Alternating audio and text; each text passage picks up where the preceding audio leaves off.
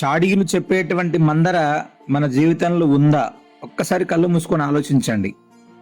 అయోధ్యని అతలాకుతలం చేసినటువంటి మందర, రామాయణంలో కీలక పాత్ర అయి కైకేయిని దోషిగా నిలబెట్టినటువంటి మందర, రాముణ్ణి వనవాసానికి పంపించినటువంటి మందర, అదేవిధంగా దశరథుడి మరణానికి కారణమైనటువంటి మందర.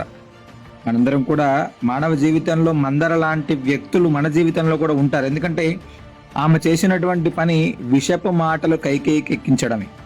ఆ విషపు మాటల వలన కైకేయి అనేటువంటి ఆమె వీరనారి, ఆ వీరనారి కూడా రామాయణం మొత్తానికి కూడా దోషిగా నిలబడిపోయినటువంటి స్థితిని అక్కడ మనం పరిశీలించవచ్చు. మన జీవితంలో కూడా, మానవ జీవితంలో చెప్పుడు మాటలు, విషపు మాటలు విని ఇప్పటికీ కూడా ఎన్నో జీవితాలు నాశనం అయిపోతూనే ఉన్నాయి. చెప్పుడు మాటల యొక్క ప్రభావం చేత భార్యాభర్తల అన్యోన్యత పోతుంది, చాలా మంది దూరం అయిపోతున్నారు, ఉద్యోగాల్లో చాలా రకాలైనటువంటి ఇబ్బందులు పడుతున్నారు, వ్యాపారాలలో, ఉద్యోగాలలో, కుటుంబాలలో ఎంతో అన్యోన్యంగా ఉండేటువంటి కుటుంబాలు కూడా నాశనం అయిపోతున్నాయి ఇలాంటి మందర వల్ల.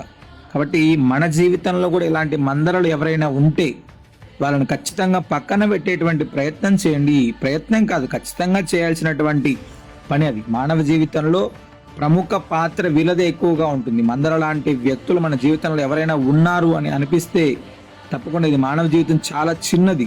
ఈ చిన్న జీవితంలో ఇలాంటి వ్యక్తులను మన జీవితంలో పెట్టుకొని జీవితాలను నాశనం చేసుకునేటువంటి బదులు మనమే వాళ్ళకు దూరంగా ఉంటే మన జీవితమైనా కొంచెం ప్రశాంతంగా ఉపయోగపడేలాగా ఉంటుంది. కాబట్టి మన జీవితంలో మందర లాంటి వ్యక్తులు, చెప్పుడు మాటలు చెప్పేటువంటి, ఎవరైనా విషపు మాటలు చెప్పేటువంటి వ్యక్తులు ఎవరైతే ఉన్నారో వాళ్ళని దూరంగా పెట్టండి.